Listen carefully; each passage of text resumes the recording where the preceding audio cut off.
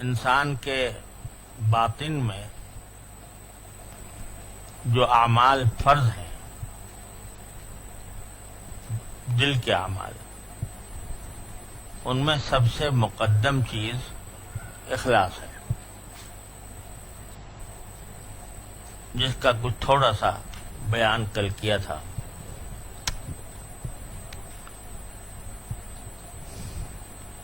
اخلاص کے دو پہلو ہیں۔ ایک پہلو یہ ہے کہ کوئی بھی نیکی وہ بغیر اخلاص کے نہ صرف یہ کہ قبول نہیں بلکہ وہ حبط ہو جاتی ہے اور اس کے الٹا گناہ اس کے اوپر لازم ہوتا ہے۔ یہاں تک بعض روایات میں آیا ہے کہ من صلی یرائی فقد اشرک باللہ ومن صام یرائی فقد اشرک باللہ، کہ جو شخص ریاکاری کے لیے نماز پڑھے اس نے اللہ کے ساتھ شرک کا ارتکاب کیا، کیونکہ جو کام اللہ تعالیٰ کے لیے کرنا تھا وہ کسی مخلوق کو اس میں شریک کر لیا۔ ومن صام یرائی فقد اشرک باللہ، روزہ اگر ریاکاری کے لیے رکھا تو اس نے شرک کا ارتکاب کیا۔ تو نیکی برباد گناہ لازم کا جو محاورہ ہے وہ صحیح معنی میں اس کے اوپر صادق آتا ہے کہ اگر آدمی اخلاص کے بغیر کوئی بھی نیک کام کرے تو نہ صرف یہ کہ اس کا ثواب نہیں ملے گا، الٹا گناہ ہوگا۔ ابھی مولانا سلمان صاحب پوچھ رہے تھے کہ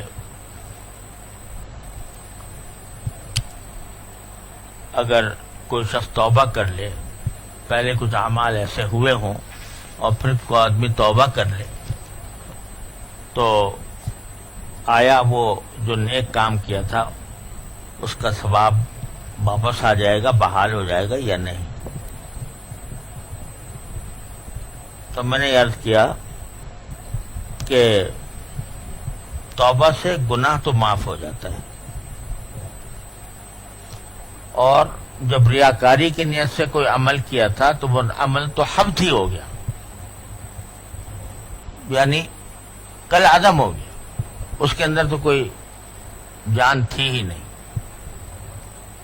اب توبہ سے گناہ تو معاف ہو گیا، لیکن اس کا ثواب لوٹ آئے اس کے بارے میں کہیں کوئی تصریح نہیں ہے، کوئی دلیل کی ضرورت ہے جو موجود کم از کم میرے علم میں نہیں۔ تو اللہ تعالیٰ کی پناہ اللہ مانگنی چاہیے۔ یوں اللہ تبارک و تعالیٰ تو رحیم و کریم ہے، وہ کسی قانون کے پابند نہیں ہے، ان کی رحمت بہت وسیع ہے، وہ اپنی رحمت کا معاملہ فرما دیں کسی خاص بندے کے اوپر تو یہ ان کا کرم ہے۔ بہرحال تو ایک تو پہلو ہے اخلاص کا یہ کہ ہر نیک کام میں آدمی اللہ کو راضی کرنے کی نیت رکھے، اور یہ بھی نبی کریم صلی اللہ علیہ وسلم سے مروی ہے کہ آپ نے حضرت معاذ بن جبل رضی اللہ تعالیٰ عنہ سے فرمایا کہ اخلص دینک یکفیک العمل القلیل، اپنے دین میں اخلاص پیدا کر لو تو تھوڑا عمل بھی کام دے جائے گا، تھوڑا سا عمل بھی کافی ہو جائے گا۔ ایک آدمی ہے وہ بہت زیادہ نوافل نہیں پڑھتا، لیکن جو پڑھتا ہے وہ اخلاص کے ساتھ پڑھتا ہے۔ ایک آدمی ہے وہ بہت زیادہ پیسے خرچ نہیں کرتا، انفاق فی سبیل اللہ، صدقہ، خیرات تھوڑے کرتا ہے، لیکن جتنے بھی کرتا ہے وہ اخلاص کے ساتھ کرتا ہے، تو اس کے اندر وزن ہے۔ تو تھوڑا عمل بھی کافی ہو جاتا ہے اگر اخلاص ہو تو۔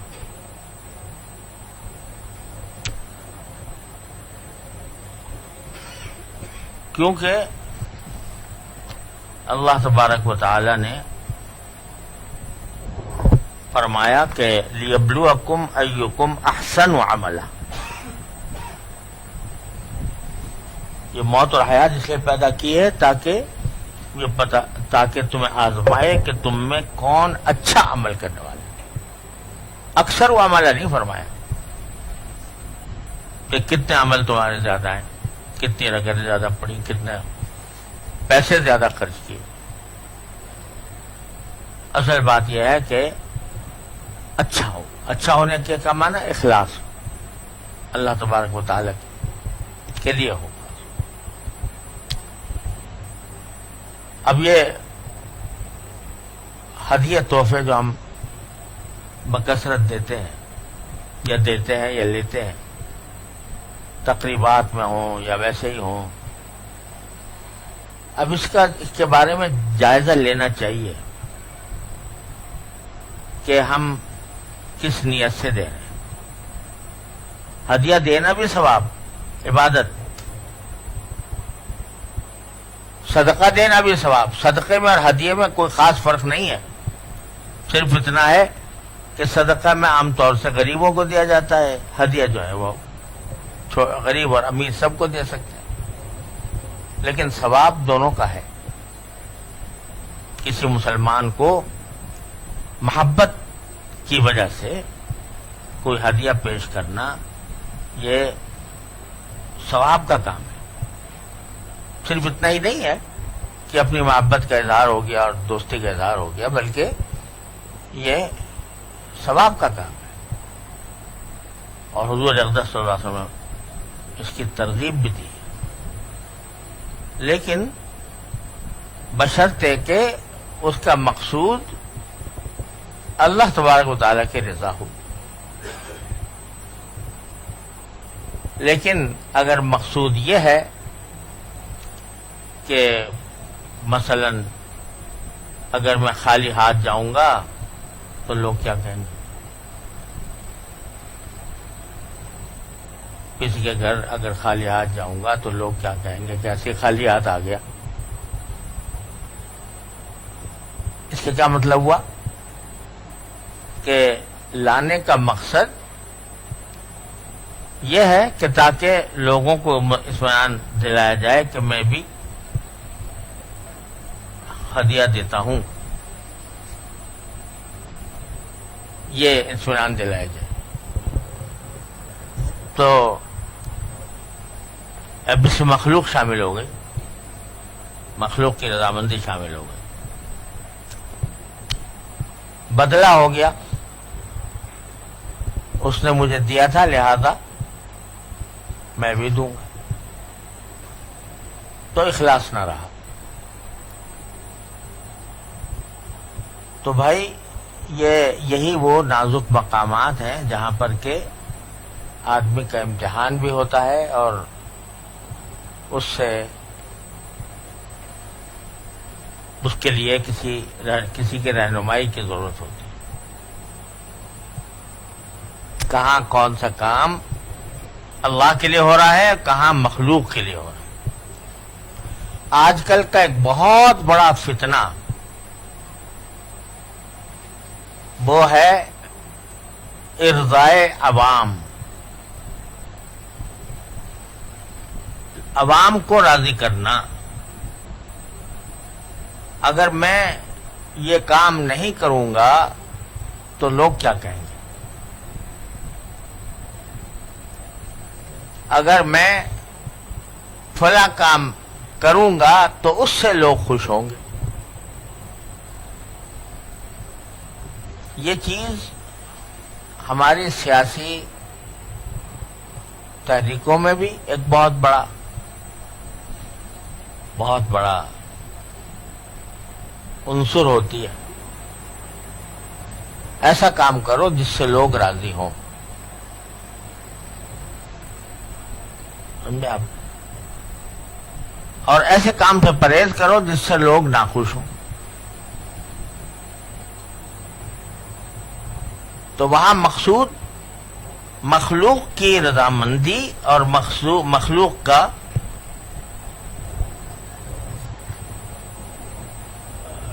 کی ناراضی کا خوف ہے. تو پھر اللہ کے لیے اخلاص تو نہ رہا. اور سیاسی کے علاوہ دو علمی حلقے ہیں، ان کے اندر بھی یہ فکر ہوتی ہے اگر ہم نے فلاں موقع پر یہ بیان نہ دیا تو لوگ کیا کہیں گے، اگر ہم نے فلاں موقع پر اس بات پر نکیر نہ کی تو لوگوں میں ہماری کیا عزت رہ جائے گی. اس لیے نہیں ہو رہا کہ یہ میرا ایک فریضہ ہے دینی، یا میں اللہ تبارک و تعالی کے حضور جواب دہ ہوں، مجھ سے پوچھا جائے گا کہ فلاں غلط کام تمہارے سامنے ہو رہا تھا، تمہاری اقتدار میں ہو رہا تھا، تم نے کیوں نہیں روکا اس کو. اس کا جواب دینے کے لیے میں یہ کام کر رہا ہوں.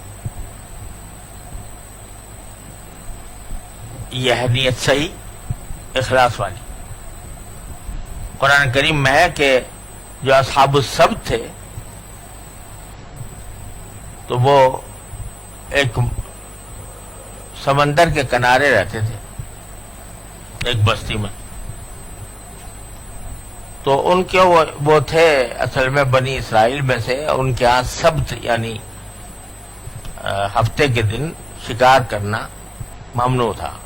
شکار کرنا کیا بلکہ ہر معاشی سرگرمی، تجارت، ملازمت جس سے کہ پیسے حاصل ہوں وہ منع تھی.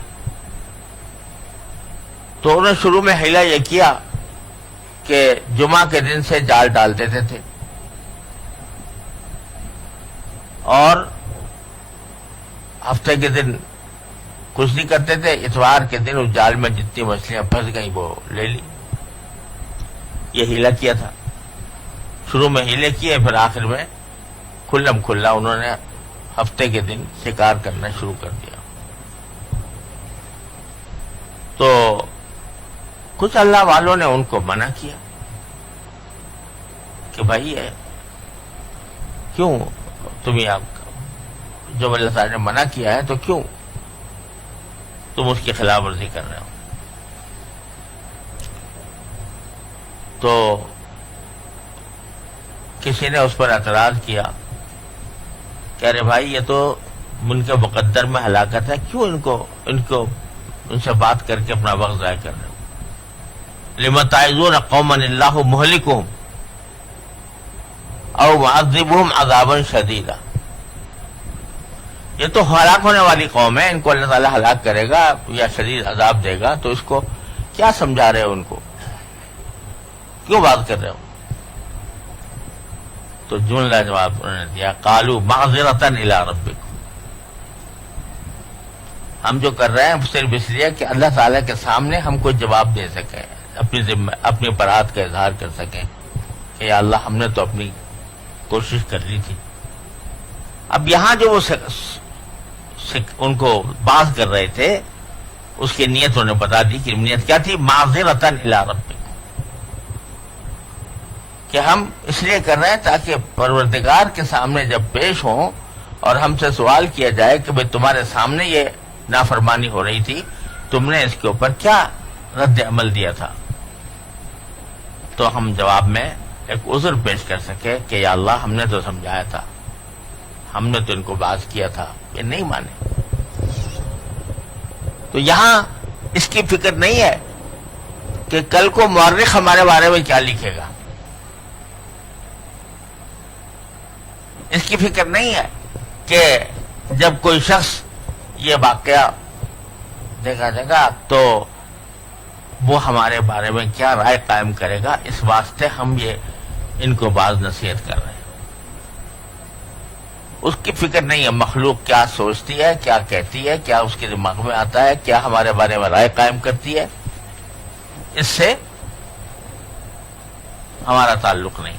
ہم تو معذرۃ الی ربکم، ہم تو اپنے پروردگار کے سامنے اپنی ذمہ داری، اپنی برات ظاہر کرنے والے ہیں. تو یہ زمین آسمان کا فرق ہے.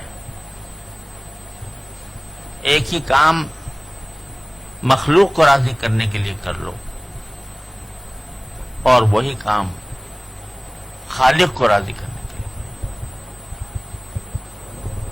پہلی صورت میں برباد ہے وہ،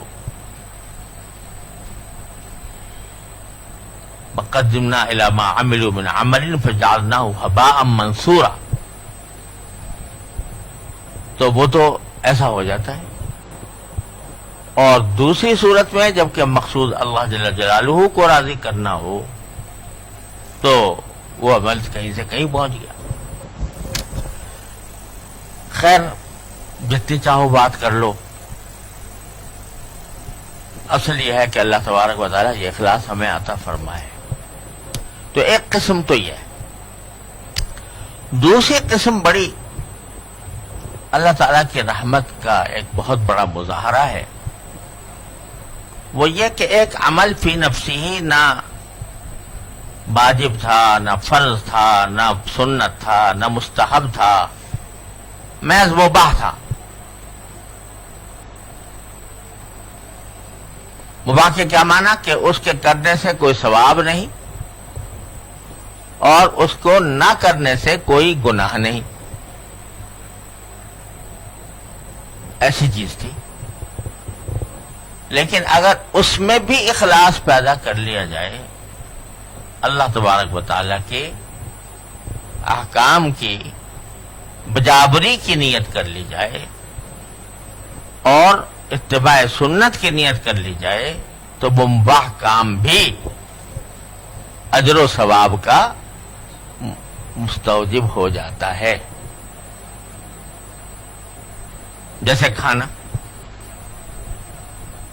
کلوا واشربوا ولا تسرفوا.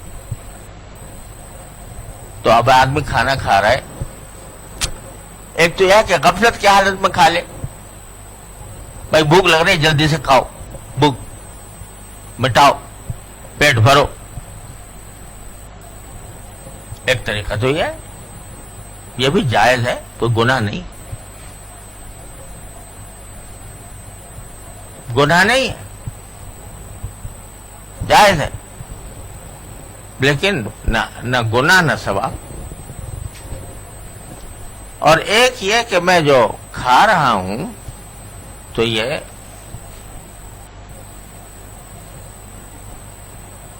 میرے اوپر اللہ تبارک و تعالیٰ نے ایک حق رکھا ہے اپنے نفس کا،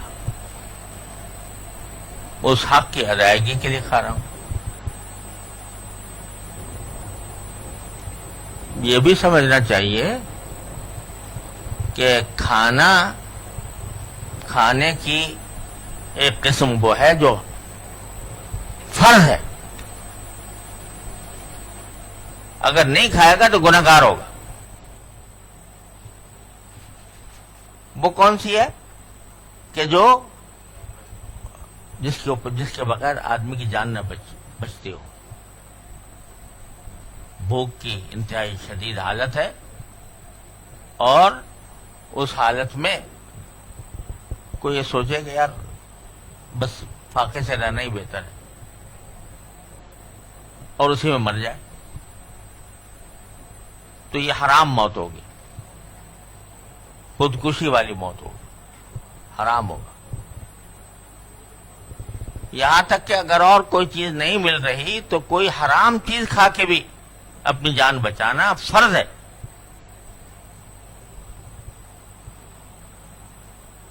تو کھانے کی ایک قسم وہ ہے جو کہ باقاعدہ اللہ تعالی کی طرف سے جس کا حکم ہے. تو وہ کیوں ہے؟ حق نفس. اللہ تعالیٰ نے مجھے یہ جان دی ہے، مجھے یہ جسم عطا فرمایا ہے، یہ امانت ہے اس کی. میری ملکیت نہیں ہے، کیونکہ امانت ہے، لہذا مجھے اس کا خیال بھی رکھنا ہے۔ تو اس لیے حق نفس کی ادائیگی کے لیے میں کھانا کھا رہا ہوں۔ اور نبی کریم سرورت عالم صلی اللہ علیہ وسلم کی سنت یہ تھی کہ جب آپ کے سامنے کوئی کھانا آتا تو آپ شکر کے ساتھ کھا لیا کرتے تھے۔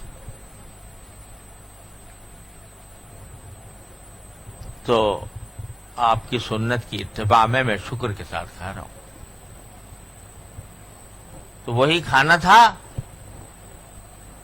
جو غفلت کی حالت میں کھایا جاتا تو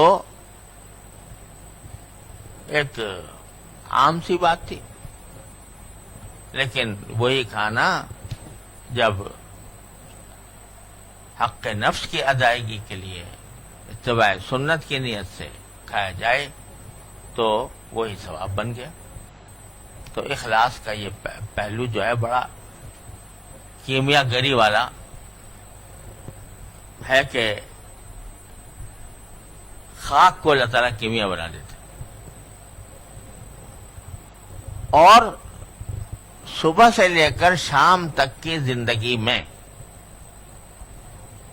کوئی عمل ایسا نہیں ہے جس کو حسن نیت سے اور اخلاص سے باعث ثواب نہ بنایا جا سکے۔ کھانا ہو، کمانا ہو، سونا ہو، بیوی بچوں کے ساتھ رہنا ہو، ان کے ساتھ گفتگو ہو، ان کے ساتھ ہنسی مذاق ہو،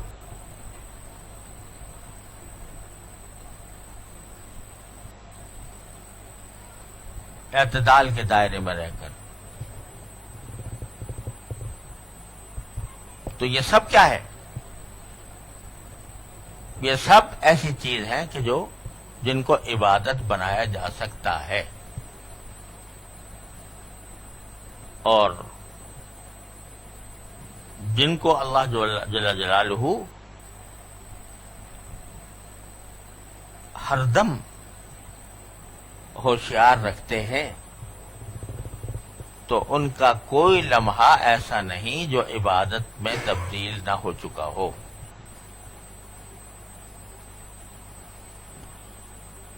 یہ ایسی چیز ہے کہ انتہائی آسان اور انتہائی مشکل، کہنے کے لیے بہت آسان، لیکن جب عمل کرنے کے لیے آدمی بیٹھے تو ہر چیز کے اوپر ذہن میں رہے کہ میں اللہ کے لیے کر رہا ہوں، یہ میں اللہ کے لیے کر رہا ہوں۔ یہ استحضار جو ہے یہ ذرا مشکل ہوتا ہے۔ مشکل کے معنی یہ کہ اس کو حاصل کرنا پڑتا ہے، مشقت اٹھا کر، ذہنی مشقت اٹھا کر حاصل کرنا پڑتا ہے کہ جب کھاؤں تو یہ نیت ہو، جب سوؤں تو یہ نیت ہو،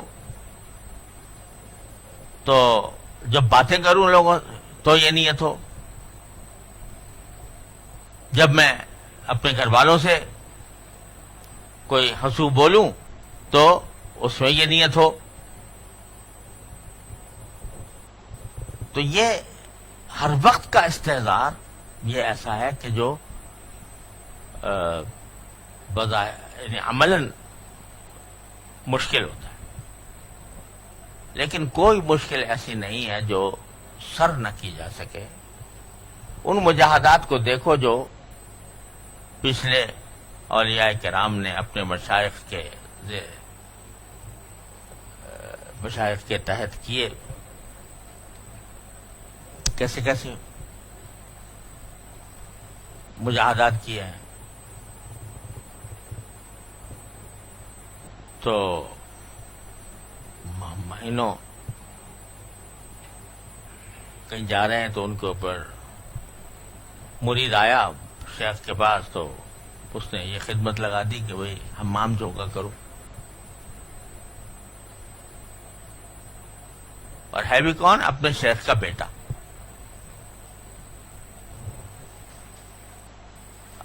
تو حضرت شیخ عبدالقدوس گنگوئی رحمۃ اللہ علیہ کے بیٹے تھے. ان کی حیات میں کبھی خیال ہی نہیں آیا کہ ہمیں کیا کرنا ہے. جب وفات ہو گئی تو پتہ چلا کہ بھئی ہمارے گھر میں تو یہ اتنا زبردست دریا بہ رہا تھا اور ہم نے تو کچھ بھی نہیں حاصل کیا. تو پھر اپنے شیخ، اپنے والد کے ایک خلیفہ کے پاس گئے. خلیفہ کو پتہ چلا کہ میرے شیخ کے بیٹے آ رہے ہیں، تو انہوں نے زبردست ان تک استقبال کیا، اعلیٰ درجے کی دعوت کی اور بہت اکرام اعزاز کیا. لیکن جب بیٹے نے کہا کہ حضرت میں تو آپ سے یہ دعوتیں کھانے نہیں آیا، میں تو وہ دولت لینے آیا ہوں جو آپ کو میرے والد صاحب سے ملی. کہا کہ اچھا وہ دولت لینے آئے ہو. تو پھر بھائی یہ سب ختم، یہ قالین والین، یہ پردے وردے، یہ اعزاز اکرام سب ختم.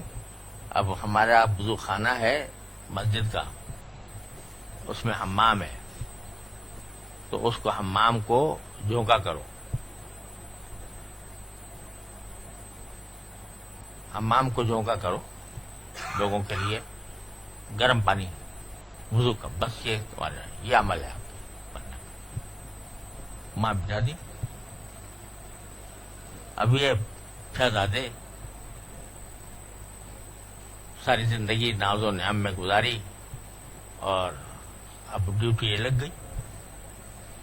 لیکن چونکہ گئے تھے اپنے آپ کو کچھ تربیت دینے کے لیے، بیٹھ گئے وہاں پہ اور تھے بڑے نازک مزاج. تو شیخ نے ایک دن کہا، وہ جو کچرا اٹھانے والی بنگن تھی، اس سے کہا کہ ایسا کرنا کہ کل جب تم سارا کوڑا کرکٹ وغیرہ گندگی اٹھا کے جاؤ تو ذرا ان کے پاس سے گزر جانا، وہ بیٹھے ہوں گے وہاں پر.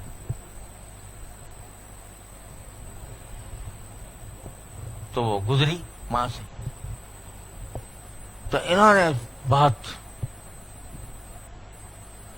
سخت نگاہوں سے اس کو دیکھا.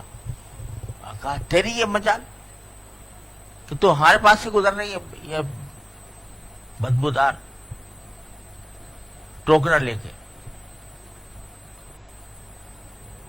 جانتے نہیں ہم کون ہیں. تو بھنگن سے کہا تھا کہ جب وہاں سے گزرو تو مجھے بتانا کہ انہوں نے کیا رد عمل ان کا کیا ہوا. تو بھنگن نے آگے بتایا کہ جی مجھے تو بہت ڈانٹا انہوں نے. تو شیخ نے کہا کہ اچھا ابھی بہت کچا ہے معاملہ. پھر کچھ عرصے کے بعد ایسا بھنگن سے کہا کہ تم ایسا کرنا کہ وہاں سے نکلو تو نکل کے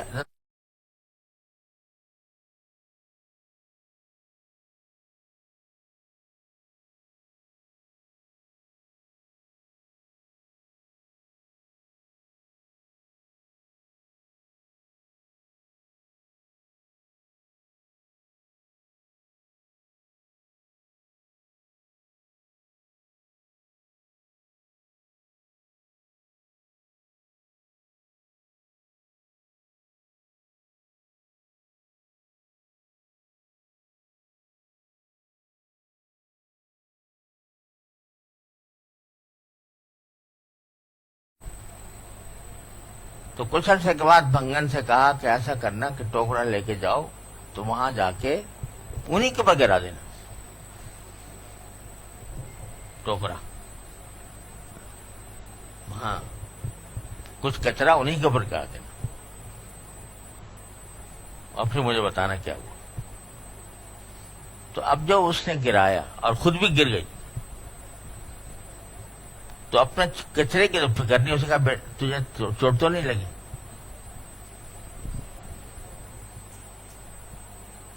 تو شیخ کو پتہ چلا تو کہا کہ الحمدللہ مقصود حاصل ہو.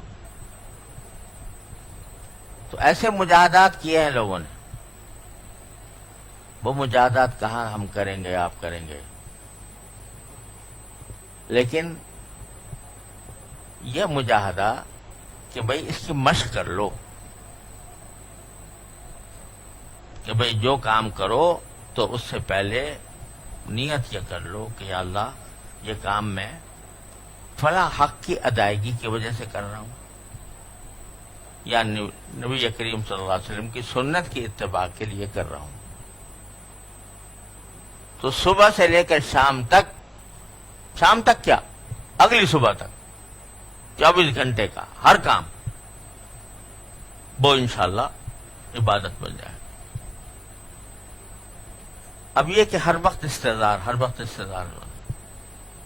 تو اس کے لیے ایک ہمارے حضرت والا ایک طریقہ بتایا کرتے تھے.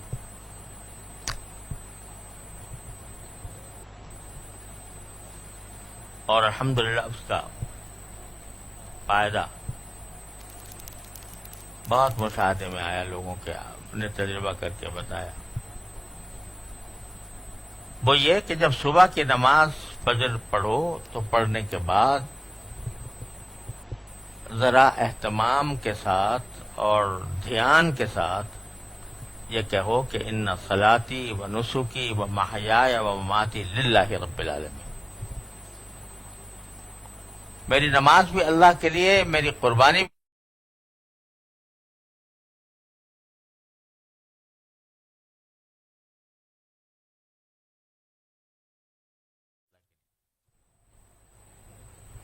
جینا اور بننا اللہ کے لیے. کیسے ہوگا؟ اسی طرح ہوگا جو کام بھی کر رہے ہو زندگی کے اندر وہ اللہ کی رضامندی کے لیے کرو، اللہ کی خوشنودی کے لیے کرو، تو جینا ہو گیا اللہ کے لیے.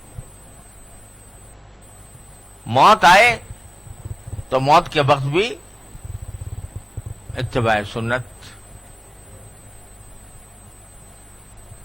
من کان آخر کلامی لا الہ الا اللہ دخل الجنہ.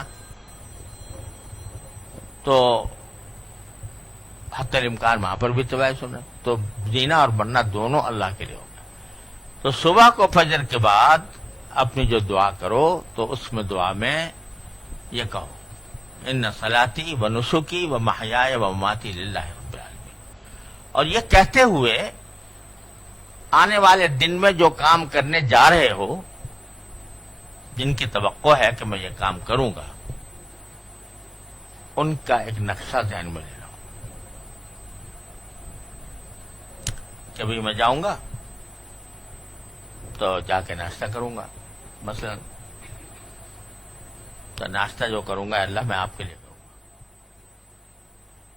آپ کے لیے کیا کروں گا کہ آپ نے حق نفس بتایا ہے، اس حق کی ادائیگی کے لیے کروں. رسول کریم صلی اللہ علیہ وسلم کی سنت کی ادائیگی کے لیے کروں گا. پھر میں اگر مجھے کسی کام پر جانا ہے، ملازمت ہے، کوئی تجارت ہے، کوئی کام ہے، تو یا اللہ وہ میں اس لیے کروں گا کہ آپ نے فرمایا کہ طلب کہ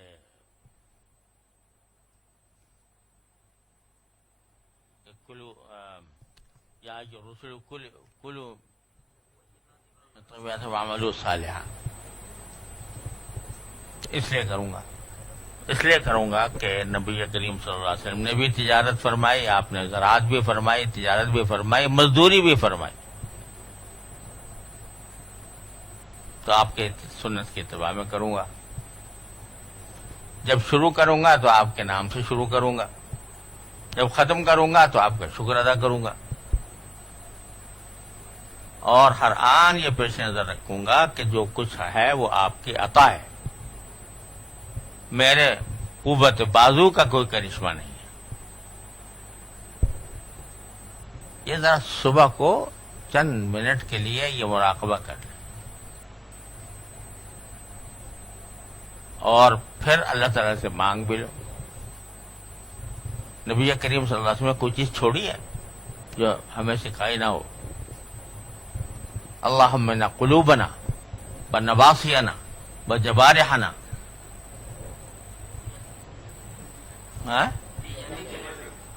جوارحا بیدک لم تملکنا منہا شیئا فاذا فعلت ذلک بنا فکن انت ولینا واہدنا الی سواء السبیل۔ اور کیا چاہیے؟ یا اللہ ہماری پریشانی ابھی آپ کے ہاتھ میں ہے، ہمارے دل بھی آپ کے ہاتھ میں ہے، ہمارے اعضاء و جوارح بھی آپ کے ہاتھ میں ہے۔ آپ نے ہمیں ان میں سے کسی چیز کا مالک نہیں بنایا، آپ ہی مالک ہیں۔ تو جب آپ نے ہمارے ساتھ یہ معاملہ کیا اذا فعلت ذلک بنا فکن انت ولینا، تو پھر ہمارے رکھوالے بھی آپ ہی بن جائیے۔ اور ان سب چیزوں کو صحیح استعمال کرنے کے لیے ہماری ہدایت بھی فرمائے، واہدنا الی سواء السبیل۔ تو جب سارے دن کی مشغولیات کا ایک تصور کر کے آپ نے یہ کہہ دیا کہ میں یہ نیت کرتا ہوں کہ یہ سارے کام جو کروں گا اللہ کے لیے کروں گا، تو پھر انشاءاللہ وہ کام اللہ ہی کے لیے ہو گئے تو بس وہ اللہ تعالیٰ کے فضل و کرم سے وہ بھی اللہ تعالیٰ کے اجر کا مورد بنیں گے۔ اور رات کو ایک منٹ چند منٹ اور تھوڑا سا کام کر لو سونے سے پہلے، کہ یہ کہو کہ یا اللہ میں نے صبح کے وقت میں یہ کہا تھا کہ نہ صلاتی و نسکی و محیا و مماتی للہ رب العالمین، کہ میرا ہر کام اللہ کے لیے ہوگا۔ اے اللہ میں نے یہ دعویٰ تو کر دیا تھا، ارادہ بھی کر لیا تھا، لیکن پتہ نہیں کہاں بھٹک گیا، کہاں بہک گیا، پتہ نہیں کس جگہ پر میرے دل میں کچھ اور شوائب پیدا ہو گئے، آپ کے ذات اعلی صفات کا استحضار نہ رہا۔ تو اللہ جہاں مجھ سے غفلتیں ہوئی ہیں اپنی رحمت سے مجھے معاف فرما، اپنی رحمت سے مجھے معاف فرما، اور جو غفلتیں ہوئیں وہ بھی معاف فرما دیجیے۔ اگر کہیں کوئی قدم غلط نکل گیا اور میں کسی گناہ میں مبتلا ہو گیا تو اللہ وہ بھی معاف فرما دے۔ استغفر اللہ ربی من کل ذنب واتوب الیہ۔ یہ رات کے وقت میں سونے سے پہلے اللہ تعالیٰ سے اپنا یہ معاملہ صاف کر لو۔ معاملہ صاف کر لیا، اب سو جاؤ۔ تو انشاءاللہ اگر رات میں موت بھی آ گئی تو انشاءاللہ خاتمہ بالخیر ہی سمجھا ہوگا۔ یہ کام کرنا ہے، لیکن یہ کام کہنے کو تو میں نے کہہ دیا، سننے کو آپ نے سن لیا، لیکن حاصل ہوتا ہے یہ مشق سے، تربیت سے، مشق سے۔ انسان کو اپنے نفس کی تربیت کرنی پڑتی ہے، مشق کرنی ہوتی ہے۔ صبح کو کر لیا، یہ تو نسبتاً آسان ہے کہ بھئی صبح یاد رہے، خدا کرے تو کر لیا۔ اب اس کے بعد ہر عمل کے ساتھ بھی استحضار ہو تو اچھا ہے نا۔ تو لہذا ہر عمل کے ساتھ استحضار کے لیے مشق کرنی پڑے گی۔ اور مشق کا مطلب کیا ہے کہ آج ایک جگہ ہو گیا، ایک جگہ نہیں ہوا، پھر ایک جگہ ہو گیا، دوسری جگہ نہیں ہوا، لیکن چھوڑو نہیں، تو پھر ایک وقت ایسا آئے گا کہ انشاءاللہ ساری جگہوں پہ ہونے لگے گا، ساری جگہوں پہ ہونے لگے گا۔ اور اسی کا نام ہے تعلق میں ہوا، اللہ کے ساتھ تعلق، جو سارے مقاصد کی جڑ ہے، مقصد المقاصد. اللہ تعالیٰ کے ساتھ تعلق کبھی قائم ہو جائے تو انشاءاللہ اس طرح ہو جائے گا، مشق کرنے سے ہوگا. اللہ تعالیٰ مجھے بھی توفیق عطا فرمائے، آپ کو بھی. وآخر دعوانا الحمدللہ.